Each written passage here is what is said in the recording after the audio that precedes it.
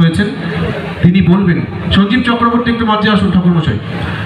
তিনি আপনাদের সামনে বলবেন যে আমাদের ওয়ার্ড সম্পর্কে বিধানসভাগতভাবে বিধায়ক অদিতি মুন্সি এবং একই সঙ্গে আমাদের বিধাননগর পৌর নিগম, তার সঙ্গে আমাদের রাজ্য সরকারের পক্ষ থেকেও যে সমস্ত আর্থিক সহযোগিতা আমরা পেয়েছি।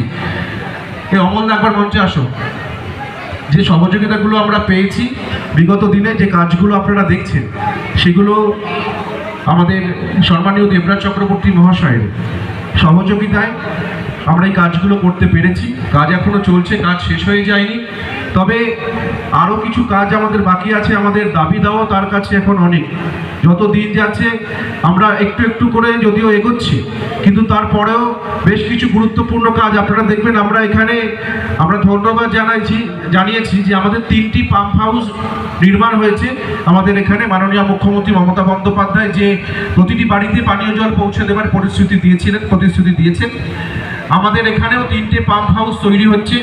একই সঙ্গে আমাদের স্বাস্থ্যকেন্দ্রের জন্য আমরা বিধায়ক অদিতি মুন্সি, মেয়র কৃষ্ণা চক্রবর্তীকে ধন্যবাদ জানিয়েছি, দেবরাজ চক্রবর্তীকে ধন্যবাদ জানিয়েছি। 9 নম্বর অটো স্ট্যান্ড থেকে আমাদের তারুলিয়া খালপাড় পর্যন্ত রাস্তা তৈরির কাজ চলছে অনেকটাই। যেখানে আমরা দাঁড়িয়ে আছি, এখান থেকে এই পাওয়ার হাউসের পাশে আমাদের নতুন যে কালো পিচের রাস্তা দেখতে পাচ্ছেন। একই সঙ্গে আমাদের সারা রাজারহাট গোপালপুর অঞ্চল জুড়ে পরিশ্রুত পানীয় জল পৌঁছে দিতে আমাদের শান্তিময় নগর থেকে জগৎপুর পর্যন্ত এই যে রাস্তাটা দেবরাজ চক্রবর্তী তৈরি করে দিয়েছিলেন, সেটি নতুন করে কেটে সেখানে পাইপ বসানো হয়েছে। আগামী দিনে সেটিও আরও ভালোভাবে তৈরি করা হবে। এবং তার সঙ্গে আমাদের প্রত্যেকটি অলি গলি, যেটা বিগত দিনে আমাদের একটু ঘাটতি ছিল, আমরা ঠিকমতো কাজ করতে পারিনি। বিধায়ক অদিতি মুন্সি নির্বাচিত হওয়ার পর দেবরাজ চক্রবর্তী এবং একই সঙ্গে পৌরসভা ভোটের পরে আমরা সবাই মিলে সেই কাজগুলো করতে পারছি। আমি সবাইকে ধন্যবাদ জানাবো যে আপনারা আমাদের প্রত্যেকটি কাজে সহযোগিতা করছেন। তার সঙ্গে আমাদের আরও একটা যে গুরুত্বপূর্ণ দাবি ছিল, আমাদের 9 নম্বর গভর্নমেন্ট কলোনিতে, সেখানে বাগজোলা খালের উপরে আরও একটি সেতু নির্মাণের জন্য যে একটি বাঁশের সেতু ছিল, সেটা আমাদের পশ্চিমবঙ্গ সরকার খাল খননের সময় সেই বাঁশের সেতুটিকে আমাদের সরিয়ে দিতে হয়েছে। আমরা চাই সেখানে বহু মানুষ, আমাদের ওপারে বাজার যাওয়া থেকে শুরু করে ছোট ছোট ছেলেমেয়েদের স্কুল যাওয়া, আমাদের এই ব্রিজটা খুব দরকার।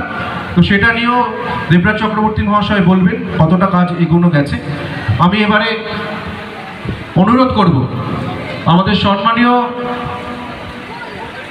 মাননীয় শ্রী দেবরাজ চক্রবর্তী মহাশয়, আমাদের দমদম ব্যারাকপুর জেলা তৃণমূল যুব কংগ্রেসের সাংগঠনিক সভাপতি, একই সঙ্গে আমাদের মেয়র পরিষদ সদস্য বিধাননগর পৌর নিগমে। একই সঙ্গে আরও একটি সমস্যা আমাদের যেটা এখানে আছে, যে প্রত্যেক দিন আপনি জানেন যে আমাদের এখানে আমাদের বাড়ি বাড়ি থেকে যে জঞ্জাল আমরা সংগ্রহ করি, বাড়ির আবর্জনা সংগ্রহ করি, সেটার ক্ষেত্রেও মাঝে মধ্যে আমাদের সমস্যা হচ্ছে। সেই সমস্ত দায়িত্ব তারই, আমি বিকিকে বলছি ও মঞ্চে আসবার জন্য, সেই সমস্ত দায়িত্বভার তার হাতেই রয়েছে। তিনি আমাদের কিভাবে সহযোগিতা করবেন সেটাও তিনি আমাদেরকে জানাবেন। এবং বিধায়ক অদিতি মুন্সির মাধ্যমে আগামী দিনে আরও কত কাজ আমরা পেতে পারি সেটাও আমরা তার মুখ থেকে শুনে নেব। আমি এবারে অনুরোধ করছি সম্মানীয় শ্রী দেবরাজ চক্রবর্তী মহাশয়কে তার মূল্যবান বক্তব্য রাখবার জন্য। আমি